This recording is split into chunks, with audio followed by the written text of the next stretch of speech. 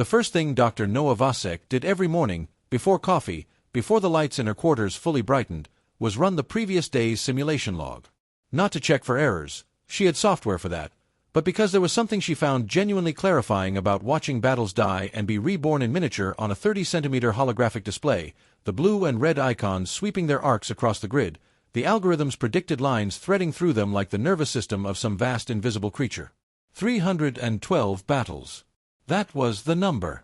She had catalogued every major space engagement on record, going back to the Proxima skirmishes of 2187, forward through the Kerrigan campaigns, the siege of Dust Station 9, the Veth First Contact War, the Veth Second Contact War, and the 37 smaller engagements that the official histories called border incidents and that Noah's files called data.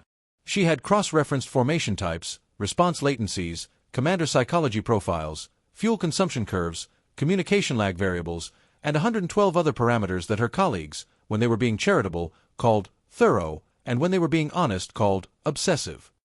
She was not offended by either word. What she had built, what had taken her the better part of 20 years, 2 universities, 1 research station, and a sabbatical she had spent on an orbital platform with no outside communication and only her models for company, was not a weapon. She was careful to explain this to military contractors whenever they came to her with their eyes bright and their hands already forming the shape of the check they intended to write. It was not a weapon. It was a lens. It was a mathematical model of the deep structure underlying fleet combat.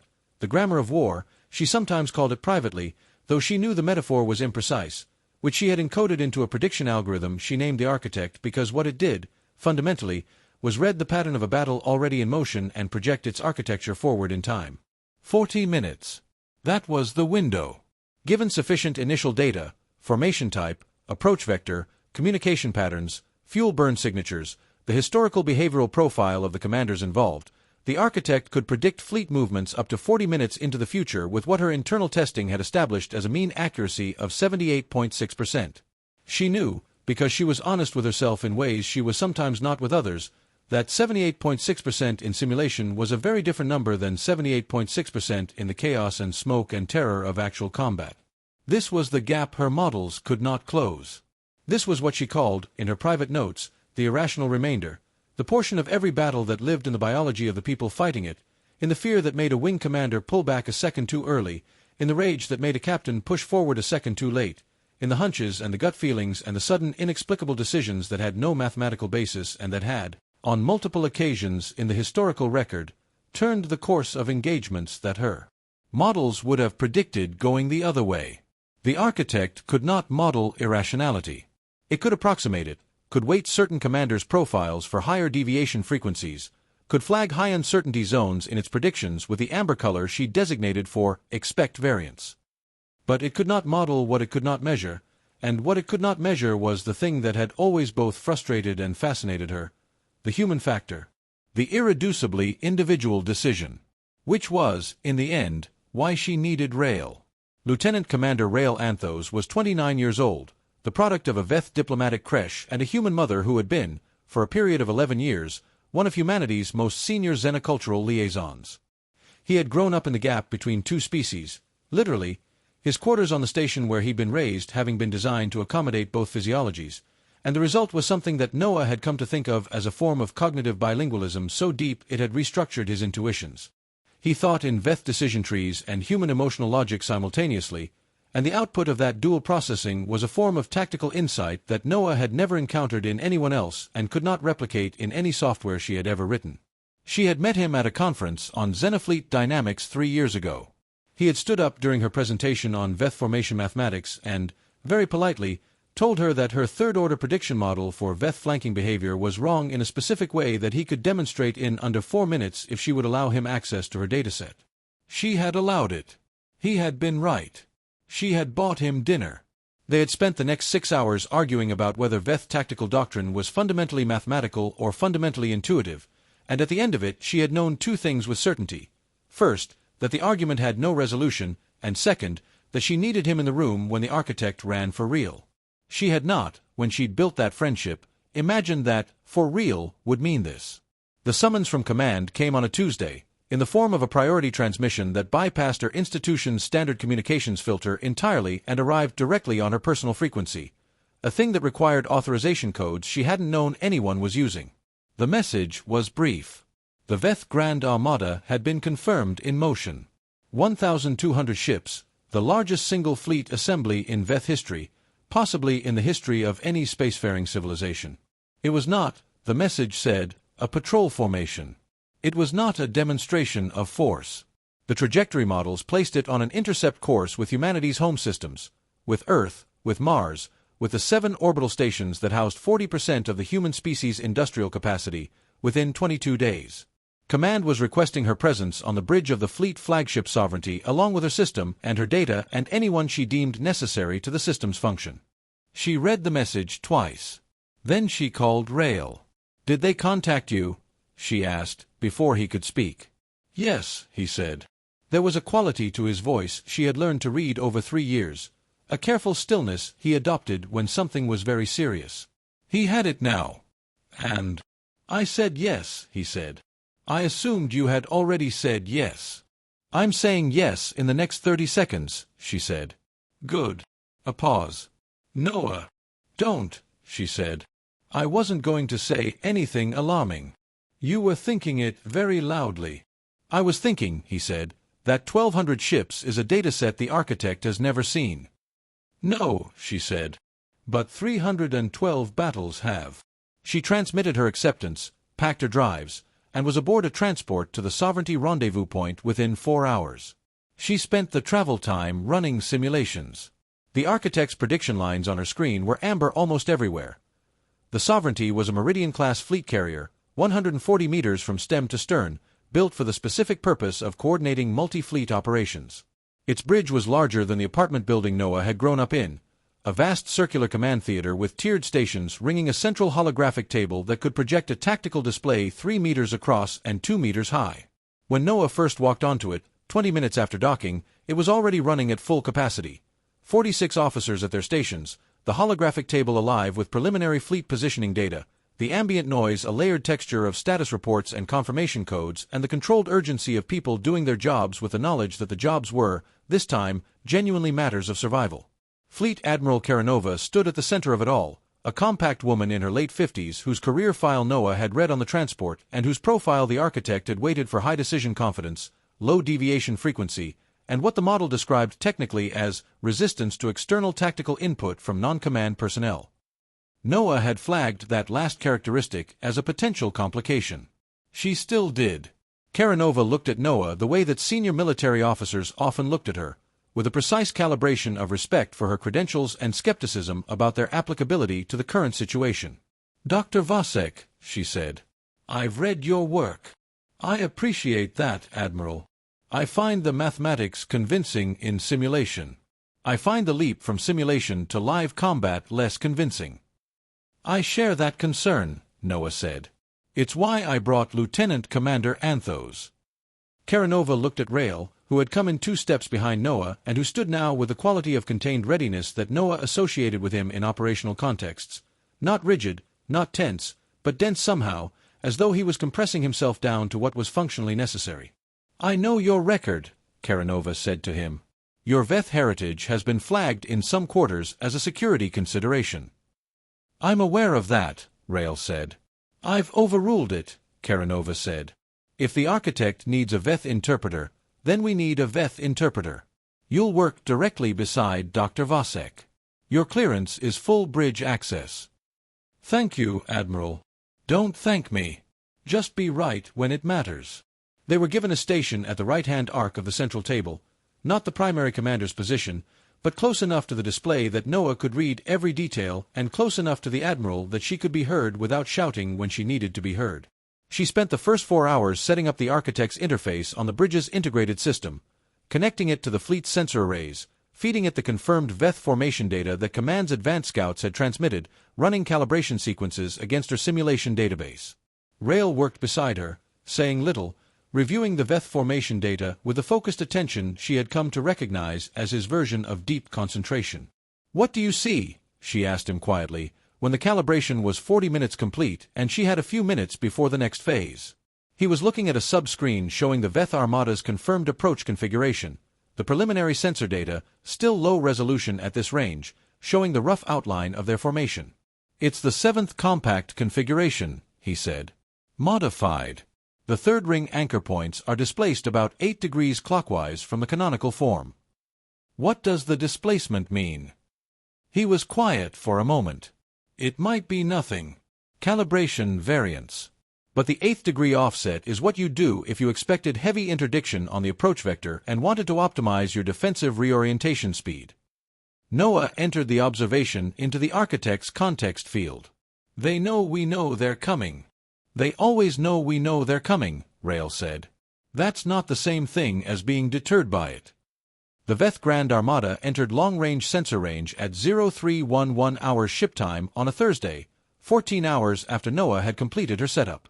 The bridge received the confirmation ping, and then the holographic table updated, and the room went quiet in a way.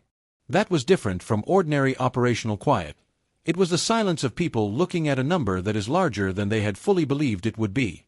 1,207 ships. The final count, confirmed across 18 separate sensor arrays, cross-triangulated to eliminate ghosts and reflective anomalies.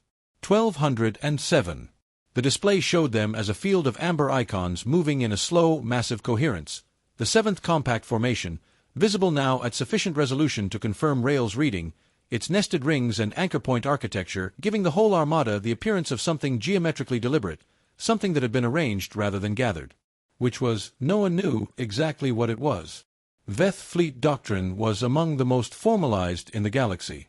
Their formation mathematics were ancient and precise and had been developed over 2,000 years of their own internal wars before they had ever met another species.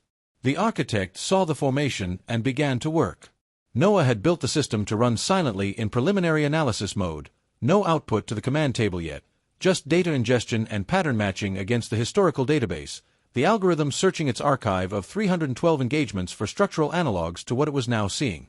She watched its internal progress bar on her personal screen. 14%. 21. The amber uncertainty color was already saturating the forward prediction zones. "It's going to take 20 minutes to get to initial output," she told Karanova, who had moved to stand near her station. "We have 20 minutes, Karanova said. "The approach at current velocity gives us 4 hours before they're in engagement range." "I know. But Admiral," Noa hesitated in a way she rarely did. "The initial output is going to have high uncertainty flags. The scale of this engagement is outside the training envelope. The algorithm will be extrapolating from smaller scale patterns. I want you to know that before the display comes up." Karanova looked at her with an expression that was, Noa thought, the military equivalent of a scientist acknowledging the limitations of their methodology. "Understood," she said. "Show me what you have." The architect's initial output came up on the central table at 0338 hours, and it was, as Noa had predicted, amber-heavy. The forward predictions for the next 40 minutes shaded in uncertain ranges, the formation collapse probability trees branching widely, the specific maneuver predictions held within confidence intervals that were broader than Noa would have preferred. But the fundamental structure was there. The geometry of what was coming. "These lines," Noa said, using the table's input stylus to trace the predicted trajectories, "are the architect's projection of primary advance vectors for the forward echelon, that's their lead strike group, approximately 240 ships. They're going to push along this corridor here," she drew the line, "and here, creating a pincer approach on our defensive anchor at grid 774. The timing on the pincer closure is projected at," she checked, "between 19 and 24 minutes after first engagement." "That's a wide window," said Captain Dravak, the Sovereignty's tactical commander, a square-shouldered man who had looked at Noa with professional skepticism since she'd arrived. "It is," Noa said. "The uncertainty is primarily in the secondary echelon timing. They have options at that stage, and I can't fully model which one they'll take until the forward engagement develops and gives the algorithm more data to work with. As the battle progresses, the windows will narrow. And if they don't do what the algorithm expects, then the algorithm updates," Noa said. "It's not a prophecy. It's a running calculation." "Dr. Vasek," said Karanova, "what's your recommended response to the projected pincer?" Noa had this ready. She had spent the 4 hours before engagement range running the architect against every possible initial configuration response she could build, and the output had been consistent. Preposition our second carrier group 20 degrees off-axis from the projected pincer approach before engagement begins. If the projection is correct, they'll be optimally placed to intercept the flanking arm before it closes. If the projection is wrong, the repositioning costs us 4 minutes of reorientation time. Karanova looked at the display for a long moment. Then, Admiral Sanvi moved the Kestrel group to configuration Delta 2. A pause, then, quietly, let's see what this thing can do. The first prediction the architect got right was small, so small that only Noa would have caught it without the display marking it. At 14 minutes past engagement initiation, the Veth forward echelon's leftward arm began a lateral drift of approximately 3 degrees, a minor course adjustment that looked, to human eyes, like routine formation maintenance. The architect had flagged this corridor as a probable preparatory movement 11 minutes earlier. Its prediction label came up green on Noa's subscreen, confirmed, P1, left drift, delta 2.9 degrees, projected 3.1 degrees. She said nothing. She noted it. The second prediction was larger. At 22 minutes past engagement initiation, the pincer closed, not at 19 minutes, not at 24, but at 22. Within the window the architect had specified. The Kestrel group, prepositioned per the algorithm's recommendation, met the flanking arm at an intercept angle that Dravak, reviewing it afterward, described as nearly perfect.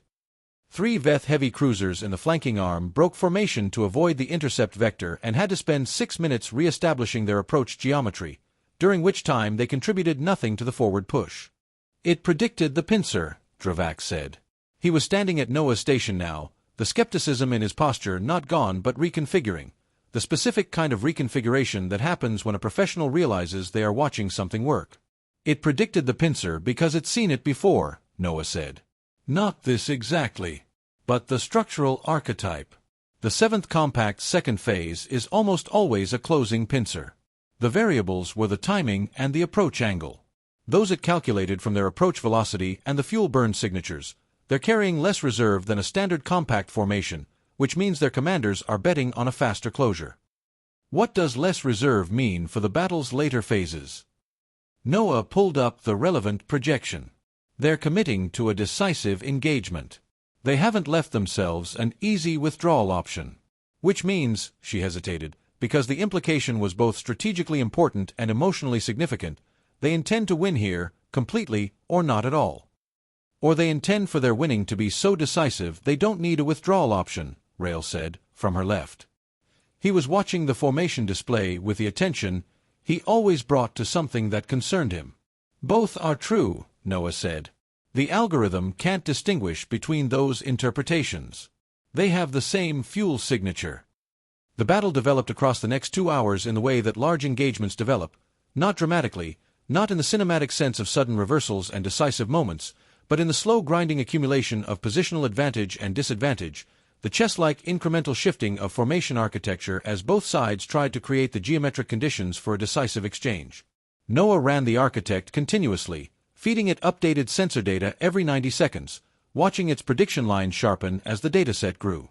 At 43 minutes in, the algorithm flagged what it called a secondary echelon reorientation, probable anchor point shift, a prediction that the Veth's main body was about to pivot its central formation anchor from grid position 774 to 781, which would have the effect of extending their effective firing arc 7 degrees in the direction of the sovereignty's own anchor group. Noa brought this to Karanova immediately.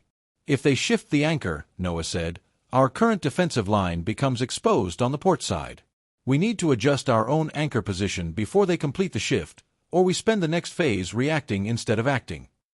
The anchor shift would require them to move the Grand Throne Group, Karanova said, meaning the Veth Central Command Cluster, the heaviest ships in their formation, the ones the Veth kept closest to their strategic center.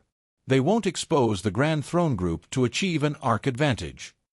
With respect, Admiral, the architect's historical database includes 4 instances of Veth formations making exactly this trade. In all 4 cases, the opposing commander assumed the same thing you just did. A silence. Then, what were the outcomes in those 4 cases? 2 victories for the force that made the trade, 2 defeats. The defeats were both cases where the opposing commander correctly identified the shift in time and responded. So responding correctly is what we need to do. Yes. Karanova studied the display. If I move our anchor group and the algorithm is wrong, if they don't make the shift, I've exposed our own center. Yes. What does your algorithm say the probability is? Noa checked. 64%. It's not a high-confidence call. Another silence, a longer one. Around them, the bridge maintained its operational rhythm, voices reporting contacts and confirmations, the battle going on outside in the darkness while this smaller, quieter battle was fought at a holographic table.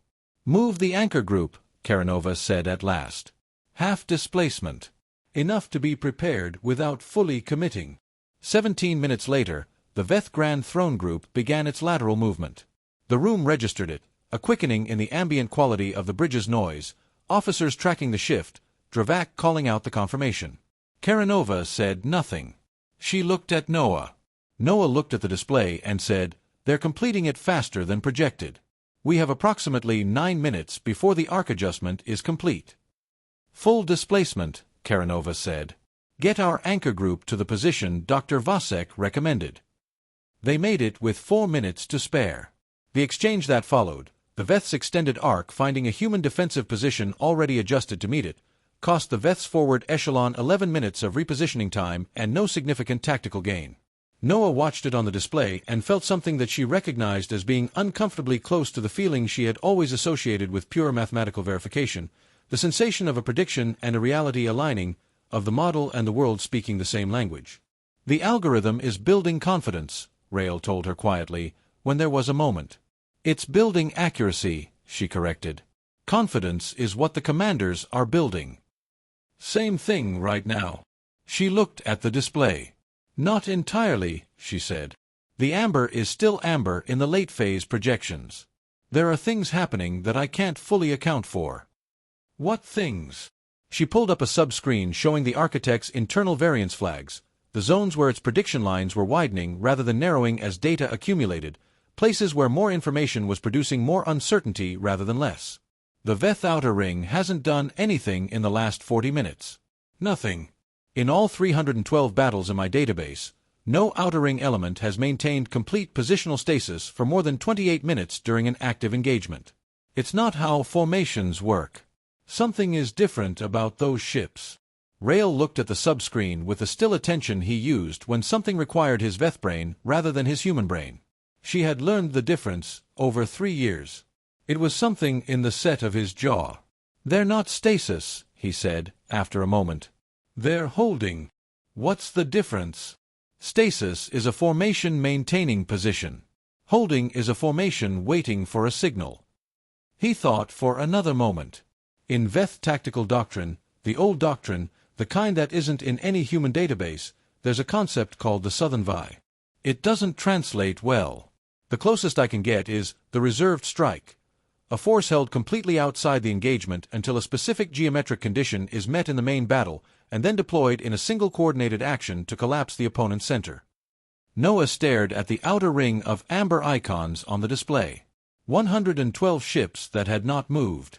"The algorithm has never seen a Southern Vi," she said. "No," Rael said. "Because the Veth haven't used one in an engagement with humanity before. I've read about them in Veth historical texts. My mother talked about them." A pause. "Noa, if those ships move, the algorithm's outer phase predictions are going to be wrong." "How wrong?" He was quiet for what felt like a long time. "Completely wrong," he said. "If they execute a Southern Vi at the right moment, the entire geometric analysis the architect has built for the late phase is based on assumptions that stop being true." Noa sat with this for a moment. Then she opened a direct line to Karanova and said, "Admiral, I need 2 minutes of your time."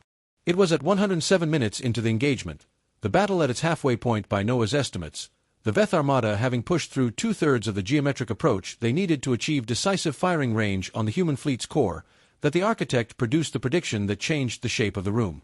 Noa had been watching the outer ring with Rael for 40 minutes, feeding the algorithm every new data point she could extract from the sensor arrays, trying to characterize what those 112 ships were doing. The architect had been running probability assessments on their movement patterns and coming back with a consistent answer that Noa didn't like. No deployment pattern, no formation maintenance behavior, no communication frequency spikes, nothing that indicated readiness to engage. They were quiet in a way that was itself a kind of signal. And then the architect flagged something in the main battle data, a specific angular relationship between the Veth forward echelon's current position, the human fleet center anchor, and the geometric center of the outer ring's holding pattern, and it produced a prediction that Noa read 3 times before she believed what she was reading. She looked at Rael. He was already looking at the same flag. "Is that what I think it is?" she asked. "The angular relationship," he said. His voice was flat in the way it got when he was being careful. "The outer ring is positioned to deploy toward the gap between our 3rd and 4th carrier groups. Not our center, our gap. The southern Vi deploys into weakness, not strength." "The algorithm is saying we have 14 minutes before they deploy," Noa said. "And it's saying the only effective counter is to deliberately open the gap wider, appear to widen the weakness, create a more attractive target, and then close it with our reserve group in a sprint response at the moment of their deployment." She watched Rael process this. "That's," he started. "I know. That's asking every commander on this bridge to believe that making ourselves look more vulnerable is the correct move." "Yes," Noa said. "And to do it on the word of an algorithm that 12 hours ago none of them believed in." She looked at the architect's confidence rating on the prediction. 71%. Not her highest. Not her lowest.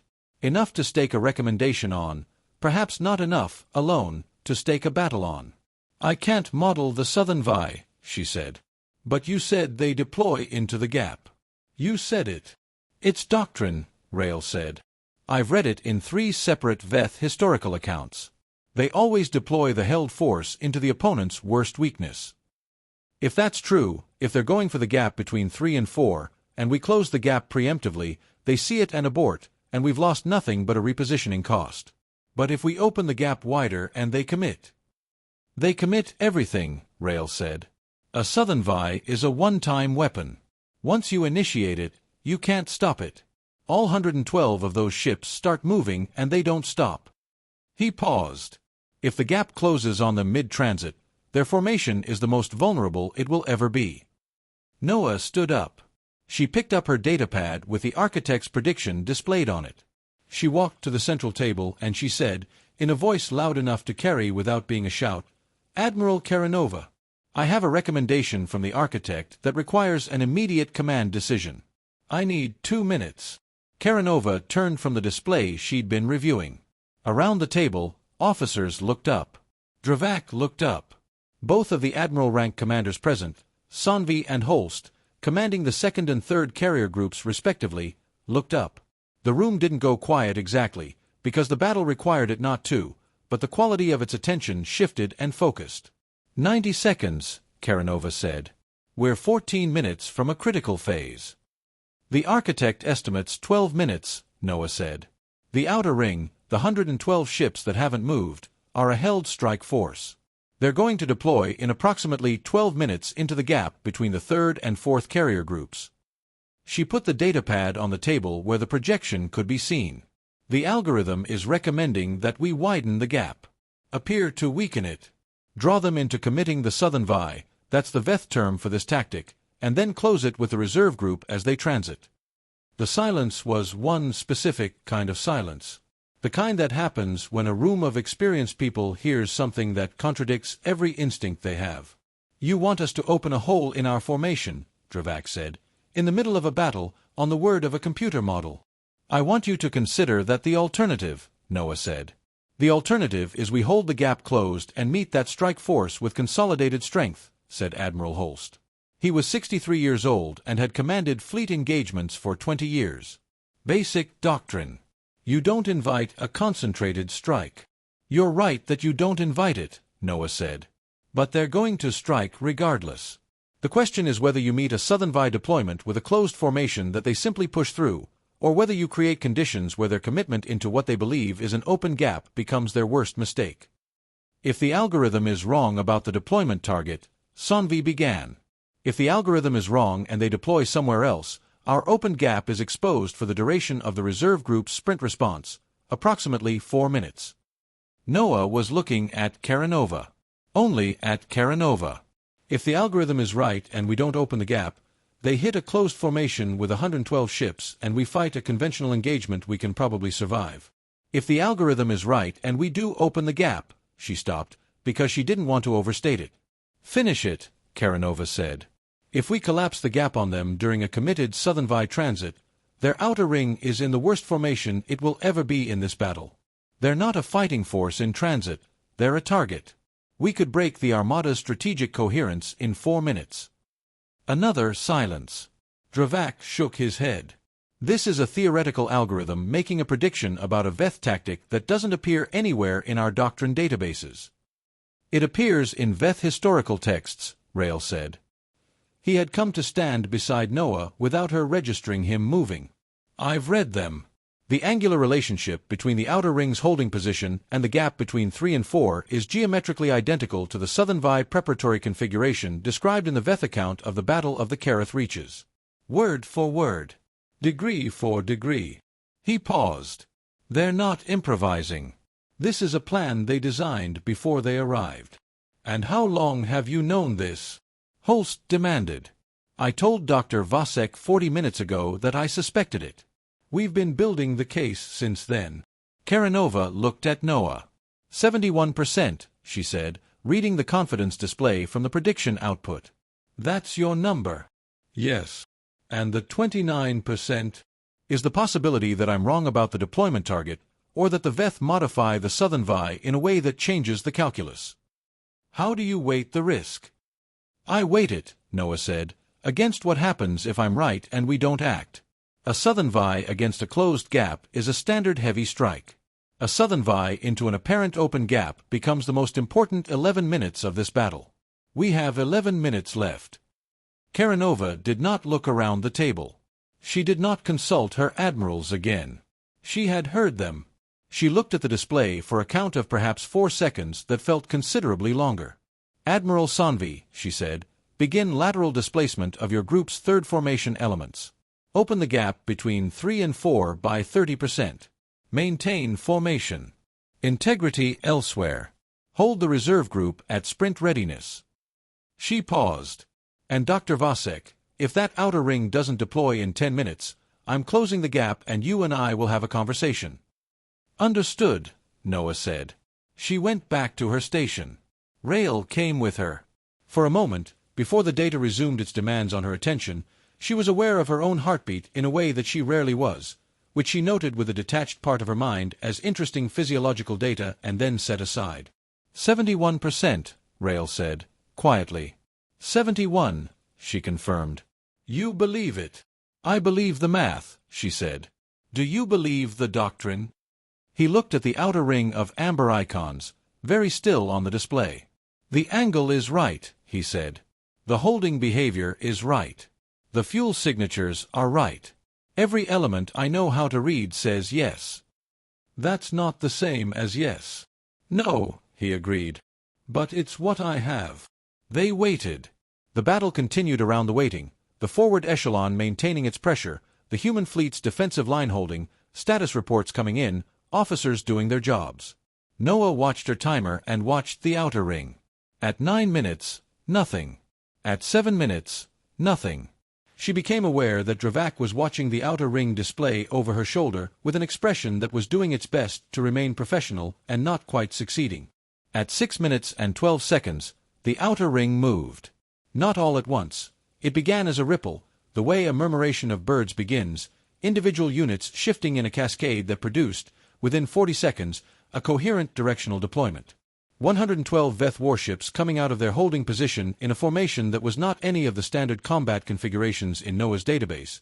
It was something older, something that belonged to the Kereth Reaches and to 2,000 years of Veth internal warfare. A wedge formation of extraordinary geometric precision aimed with complete commitment at the gap between the human fleet's third and fourth carrier groups. They're moving, someone at a sensor station said, unnecessarily. Everyone could see it. Reserve group, Karanova said. Her voice was the same as it always was. Sprint response. Close the gap on my mark. Noa was running the architect's closure timing calculation in real time, watching the outer ring's transit velocity, calculating the moment of maximum vulnerability, the point in the deployment arc where the Southern Vi formation was fully committed and fully extended and fully unable to reform. 40 seconds, she said. Hold for 40 seconds. Time to transit, Dravak said. 43 seconds to the gap, a sensor officer confirmed. Hold, Karanova said. The outer ring came on. On the display, the wedge of amber icons was beautiful in the terrible, pure way that things that are geometrically perfect are sometimes beautiful, a mathematical expression of commitment, everything staked, no second move remaining. Noa watched the angle calculation in real time. 35 seconds. 30. 25. Now, she said. Mark, said Karanova. The reserve group moved. What happened in the next 4 minutes and 17 seconds was not the dramatic, climactic confrontation of two fleets in open battle. It was something quieter and more decisive than that. The reserve group closed the gap at sprint velocity, arriving at the mouth of the Southern Vi's deployment arc just as the leading edge of the Veth outer ring crossed into commitment range, the point past which their formation's internal momentum and spacing geometry made it physically impossible to reassemble the wedge into a defensive posture within the time available.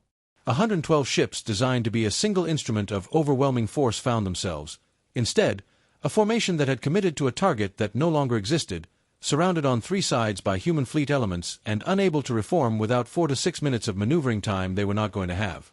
They were not helpless. They were Veth warships, heavily armed, well crewed, fighting hard, but they were in the worst possible position a concentrated strike force could be in, disaggregated under interdiction before they could convert their kinetic momentum into coherent firepower. Noa watched the architect's real-time analysis of the outer ring's positional data and felt the line she had drawn in her mind, the abstract predicted geometry, fall almost exactly over the reality on the display. The predicted interdiction zone was off by about a ship length and a half on the lateral axis. The timing was 3 seconds early. She noted both variances with the automatic precision of someone who had been building error logs for 20 years, and then she set them aside, because the larger thing was happening. The Veth Grand Armada's strategic coherence depended on the Southern Vi. That was visible in the data now, in the way the forward echelon's push, which had been sustained and deliberate for nearly 2 hours, began to show hesitation in its formation maintenance at the moment the outer ring's deployment failed to achieve its objective. The hesitation was not panic. Veth commanders did not panic. It was something more structural, the logical unwinding of a plan that had been built around a specific phase that was not developing as designed. The 7th compact configuration required the outer ring's decisive strike to create the pressure differential that would collapse the human center.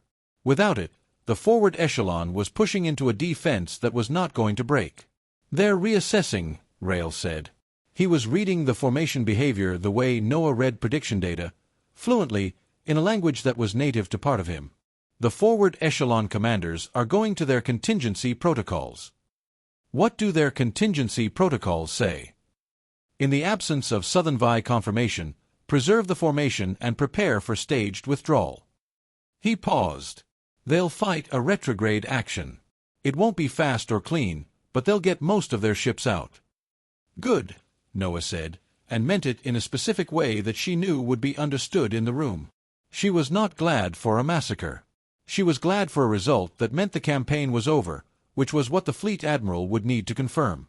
The next hour was the grinding work of that confirmation, the forward echelon beginning its disciplined retrograde, the outer ring's fragmented elements fighting their way back to reassembly positions, the human fleet maintaining pressure without overextending into what Noa's models flagged as a potential countertrap.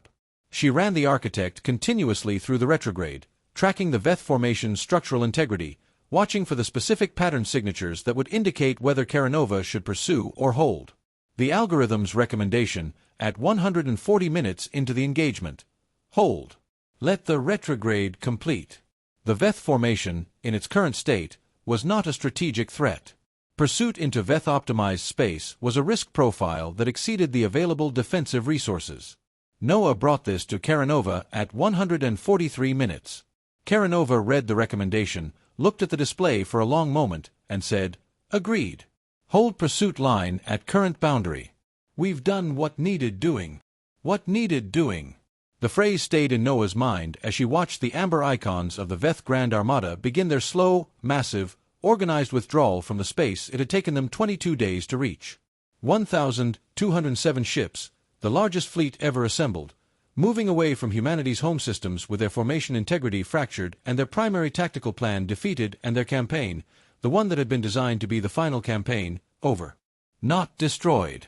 Broken. There was an important distinction, one that Noah felt was mathematically significant. The Veth ships were retreating, which meant there was a political space that would exist afterward, a space in which a different kind of engagement was possible. You could not negotiate with a destroyed fleet. You could negotiate with a broken campaign. She was still thinking about this, running the late battle data through the architect's assessment protocols, building the accuracy log that she always built after an engagement, comparing prediction to outcome at each flagged decision point, when the bridge began its quiet process of decompression.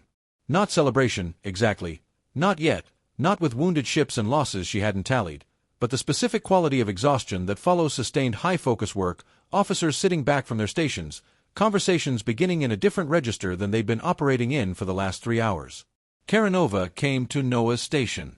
She stood beside it for a moment, looking at the retreating formation on the display, and Noah let her look because there was nothing to say that the display wasn't already saying. Then Karanova said, "How accurate was it?" Noah had the number ready. She had calculated it across the engagement's 37 flagged prediction events, weighted by strategic significance, adjusted for the Southern Vi category which the architect had predicted structurally correct but not in all tactical details. She looked at her datapad, where the final figure was displayed, and she felt something odd about the number, something that she would have had difficulty articulating if pressed, which was that 73% felt simultaneously like less than she had hoped and more than she had any right to expect, given that she had just run the architect in live combat for the first time, against a fleet no human algorithm had ever seen, using a strategy that no human tactical doctrine had ever modeled. 73%, she said. Karanova received this without visible reaction, and then said, "And the other 27? Noah looked at Rael. He was standing 2 steps to her left, as he had been for most of the engagement, his own datapad in hand, his expression in the careful neutral that he used when he was allowing someone else to speak first. He felt her look. He did not look away from the display, but the corner of his mouth moved, not quite a smile, not quite the refusal of one, something that occupied the precise mathematical space between the two. Noah looked back at Karanova. "That was him," she said. Karanova looked at Rael. Rael said nothing. Karanova looked back at Noah with an expression that was perhaps the closest thing to warmth the Admiral's operational mode allowed, and then she turned back to her battle and her fleet and the long administrative process of accounting for a victory. Dravak appeared at Noah's other elbow. He had been there, she realized, for at least the last few exchanges, listening. He was not a man who surrendered skepticism easily, and she did not expect him to surrender it now. Instead, he said, "The Southern Vi prediction." That was 71% confidence. "Yes," Noah said. "And if the 29% had happened? Then the gap would have been open when they hit it, and we would have had to fight that engagement conventionally," Noah said. "We could have survived it. But we wouldn't have broken them." "No," she said. "We'd have held them." He was quiet for a moment. "What's the difference in your model between a prediction you act on at 71% and one you don't?" Noah thought about this. "The cost of being wrong," she said. The Southern Vi, the cost of being wrong was a repositioning expense and a harder conventional engagement. The cost of being right and not acting was a campaign-defining tactical failure. When the asymmetry is that large, you act on 71%. And what do you do with the 29? "You account for it," she said. "You plan around it. You put someone beside you who can handle it when it shows up." She didn't look at Rael when she said this. She didn't need to. She spent 3 hours after the engagement ended building the post-battle analysis. It was her standard practice. She had done it for 312 simulated battles, and now she did it for the real one, with the same methodical attention, the same honest error log, the same refusal to shade the numbers in any direction. The architect had been right 73 times in 100 on the decisions that had mattered.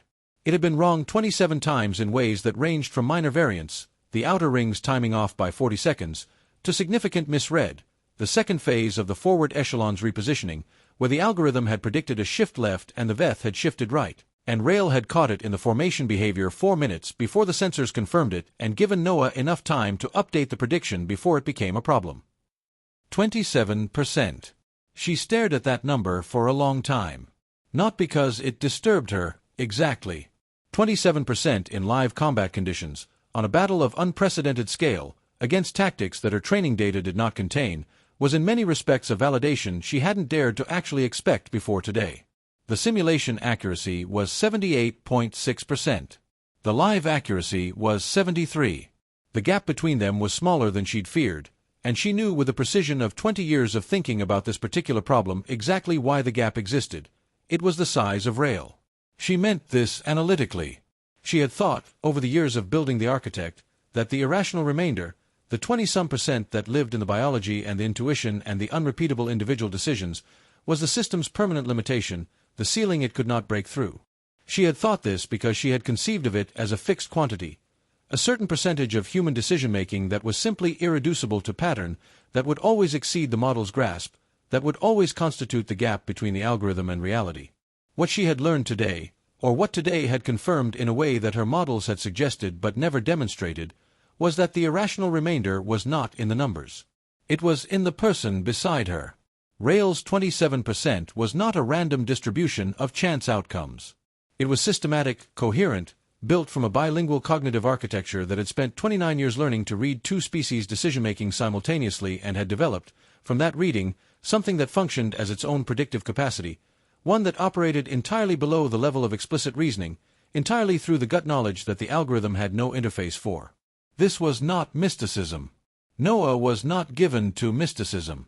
This was a data source she hadn't been able to quantify and couldn't replicate in software, and today she had watched it produce correct outputs in 7 specific instances where her algorithm had produced incorrect ones, and that was not a philosophical observation, it was a number.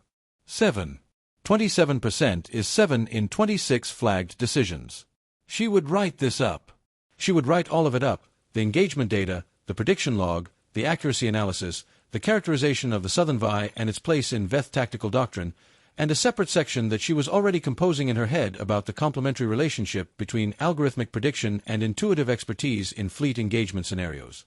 She would write it clearly and rigorously, with error bars and confidence intervals and every caveat she could construct, and she would submit it to command and to the academic community and to whoever else would have it, because this was what the data was for. But first, she found Rail in the corridor outside the bridge, sitting against the wall with his datapad on his knee, working through something on a screen she couldn't see. He looked up when she appeared. "Your analysis?" she asked, nodding at the screen. "The Southern Vi deployment geometry," he said. "I want to have a complete reconstruction for the record." "Me too," she said. She sat down beside him, her back against the wall, the strange feeling of a ship not in combat, quieter, more itself, humming around them. "You caught the second phase shift," she said. "The echelon going right instead of left." "The forward left units were slowing fractionally," he said. "It's a Veth approach behavior. When you're going right you slow your left flank to maintain the angular relationship." "Is that in any document I can code into the architect?" He considered this. "It's in a Veth navigational manual from about 400 years ago. It's not tactical doctrine, it's ship handling practice. It's so basic to them they don't think of it as information. It's like explaining that people blink." "Can you translate it?" "I can try to explain it. Whether you can encode it," he shrugged, not dismissively. "Some of what I know is structural enough to formalize. Some of it is. Pattern recognition you can't decompose." "Yes." Noa looked at the wall across from her. 73% in live combat, she said. "First real engagement." "That's," she stopped, because she didn't want to say, "good," and didn't want to say, "enough," and wasn't quite sure what she wanted to say. "It's more than most things," Rail said. "And 27% wasn't the algorithm. 27% was you." He was quiet for a moment. Then, "It wasn't me instead of the algorithm. It was me because of the algorithm. You gave me a structure to work against. When the structure was right, I followed it. When it was wrong, I knew what it was wrong about, because the structure itself told me where its uncertainty was." He looked at his screen. "The amber zones. I always worked in the amber zones." Noa thought about this. It was one of the more precise descriptions she had heard of what the architect's uncertainty flagging was designed to do. Invite expert input rather than overconfidence. Mark the places where the model knew it needed something it couldn't provide. She had built the amber flagging for herself, originally. She had built it because she never wanted to forget what she didn't know. She hadn't expected it to be a collaboration interface. "The Veth will come back," she said after a while. "Not the Grand Armada, that's broken. But they'll come back in some form." "Yes," Rail said. "They always do. It's not that they're aggressive. It's that they don't conceive of a strategic defeat as permanent. To them it's a data point. Like us. A little. More so." He paused. "When they come back, it'll be different. They'll have studied today." "So will we," Noa said. "The algorithm will be better." "The algorithm will be richer," she corrected. "It'll have today in it. 313 now." She looked at the floor. "And Rail." He raised an eyebrow. "I'm going to find a way to model the amber zones better," she said. "I don't know how yet. But I'm going to need to interview you. Extensively. About Veth ship handling manuals and 400-year-old doctrine and every piece of pattern knowledge you have that you haven't been able to put in words yet." "That could take years," he said. "I know," she said. "I've been building this for 20. He almost smiled. It was the same corner of the mouth that had moved when Karanova asked about the 27%, that precise, controlled expression she had learned to read as his version of warmth, which was not demonstrative but was real. "All right," he said. "Interview me." She pulled out her own datapad and opened a new file, a blank input field, which was, she had always found, one of the most hopeful things in the known universe. "Start with the slowing on the left flank," she said. "When they're going right. Tell me everything about it." And he did, and she wrote it down, and outside the Sovereignty's hull the Veth Grand Armada continued its long retreat through the dark, and somewhere in the accumulated data of 313 battles an algorithm was already learning. The architect's final accuracy log for the Battle of Heliodrome was submitted to the Combined Fleet Strategic Command on the following Tuesday.